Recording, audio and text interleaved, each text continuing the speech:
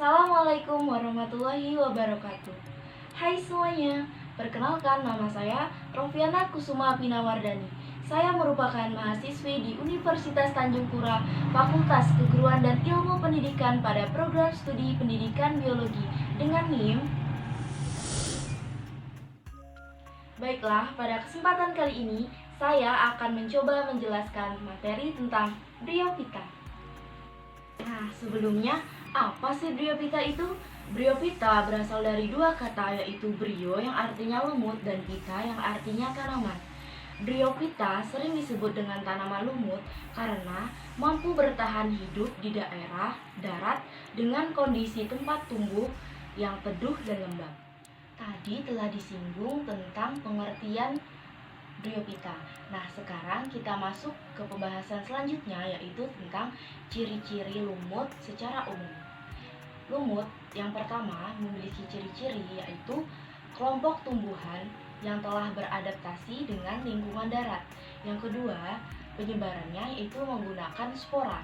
Yang ketiga, mempunyai pigmen fotosintesis yaitu berupa klorofil A dan klorofil B serta pati sebagai cadangan makanan utamanya. Yang keempat, yaitu umumnya berwarna hijau. Yang kelima, lumut merupakan tumbuhan dengan bentuk peralihan antara talus dengan kormus.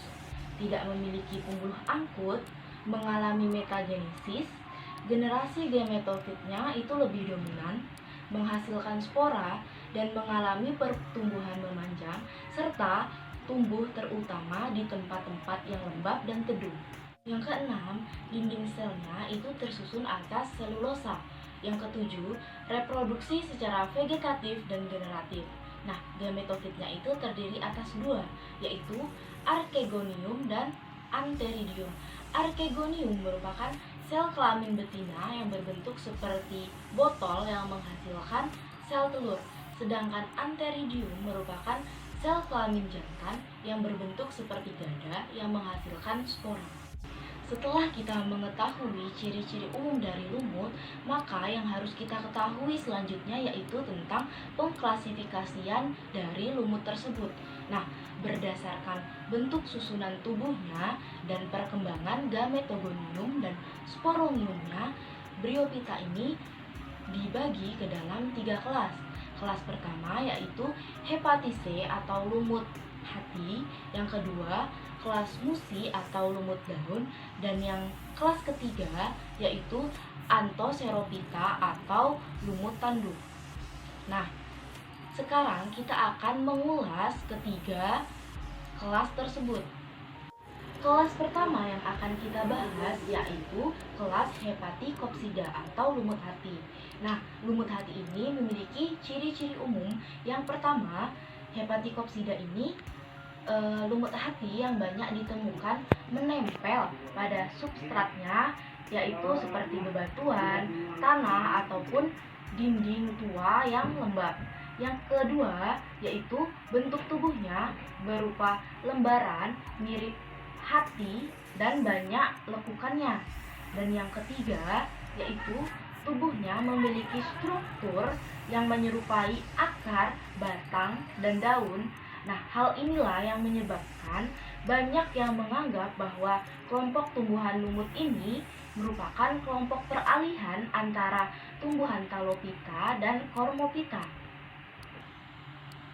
Dan yang keempat, yaitu berkembang biak secara generatif dengan oogonium dan secara vegetatifnya itu dengan fragmentasi, tunas, atau kuncup eram.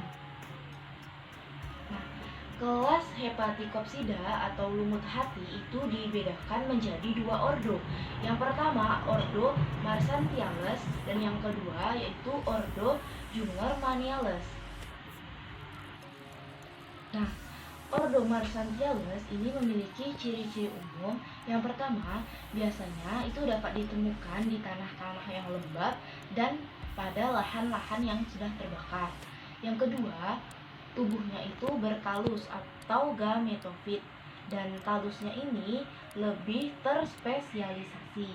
Dan yang ketiga, talusnya itu berbentuk seperti pita, berdaging, berwarna hijau, lebih sekitar dari 2 bercabang dan menggarpu dengan rusuk tengah yang tidak begitu jelas.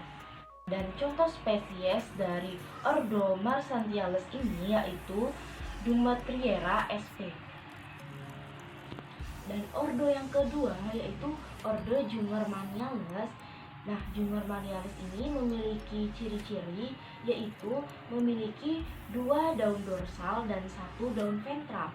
Dan ciri-ciri kedua yaitu tumbuhnya itu secara merayap dengan ujung tegak dan membentuk koloni di permukaan tanah. Nah, contoh spesies dari ordo Jungermanniales ini yaitu Jungermannia sp. Baiklah, kelas kedua yang akan kita bahas yaitu kelas musi atau lumut daun. Nah, kelas musi ini memiliki beberapa ciri umum. Yang pertama, itu memiliki daun tersusun spiral, jarang dan terdiri atas 2-3 baris. Yang kedua, daunnya itu berasal dari satu sel awal. Dan yang ketiga, nah daunnya ini ada unistratos ataupun multistratos. Unistratos itu selnya berklorofil, memiliki sel hialin pada beberapa bagian daunnya. Nah, sedangkan multistratos ini selnya berlapis dan jenis selnya itu tertentu pada bagian tertentu. Dan yang terakhir, rizoidnya itu multiseluler. Nah, kelas musi ini dibagi ke dalam 3 ordo. Ordo yang pertama adalah ordo Andreales. Yang kedua yaitu ordo Sphagnales dan yang ketiga itu ordo Briales. Nah, yang akan kita bahas pertama kali yaitu ordo Andreales. Nah, ordo Andreales ini memiliki beberapa ciri umum. Yang pertama, itu biasanya disebut dengan lumut granit. Yang kedua, biasanya ditemukan pada daerah bebatuan dan dinding. Lalu yang ketiga, nah warnanya itu berwarna hitam kehijauan. Tingginya sekitar kurang lebih 1 cm. Dan contoh spesies dari ordo ini adalah Andrea rupestris. Nah, ordo yang kedua yaitu ordo Sphagnales. Nah, ordo Sphagnales ini memiliki berbagai ciri-ciri umum. Nah, yang pertama terdapat di daerah rawa dengan pH-nya itu rendah. Kemudian kelembaban udaranya itu memiliki kelembaban yang tinggi dan suhunya itu rendah. Lalu yang kedua, nah lumut ini yang telah mati itu akan membentuk tanah gambut. Dan yang ketiga, protonemanya itu berbentuk seperti daun kecil. Nah, tepinya itu bertoreh dan terdiri atas selapis sel. Contoh dari ordo ini, contoh spesiesnya yaitu Sphagnum squarosum. Dan ordo yang ketiga yaitu ordo Briales. Nah, ciri-ciri umum dari ordo Briales yang pertama, rizoidnya itu berwarna coklat, tidak berwarna dan mengandung kloroplas.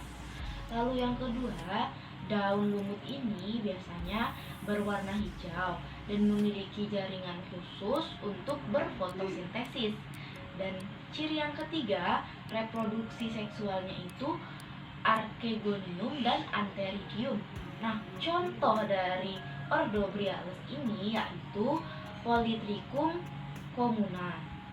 Nah, dan kelas ketiga yaitu kelas Anthocerophyta atau lumut tanduk. Nah, yaitu memiliki ciri umum.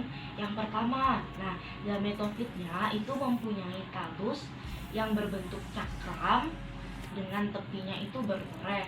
Lalu yang kedua, nah biasanya itu melekat pada tanah. Dan yang ketiga, hanya memiliki 1 kloroplas. Dan ciri-ciri keempat yaitu berkembang secara seksual membentuk antheridium dan archegonium. Nah, kelas Anthocerophyta ini hanya terdiri dari 1 ordo, yaitu Anthocerotales. Nah, ciri umum dari Anthocerotales ini yaitu memiliki talus yang sederhana. Yang kedua, nah selnya ini memiliki 1 kloroplas. Dan yang ketiga, Di bawah talusnya itu terdapat stoma yang berisi lendir. Dan ciri yang keempat yaitu berbentuk seperti tanduk dengan panjang sekitar 10 sampai 15 cm. Contoh dari ordo ini yaitu Anthoceros fusimosa.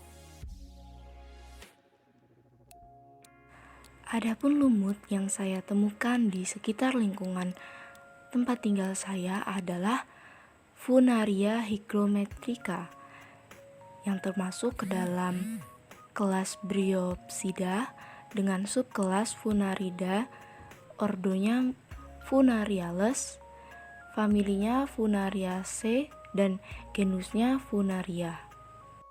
Dan spesies kedua yang saya temukan yaitu Polytrichum stricum. Spesies ini termasuk ke dalam kelas Polytrichopsida dengan ordo Polytrisales dengan famili Polytrisae, genusnya Polytrichum.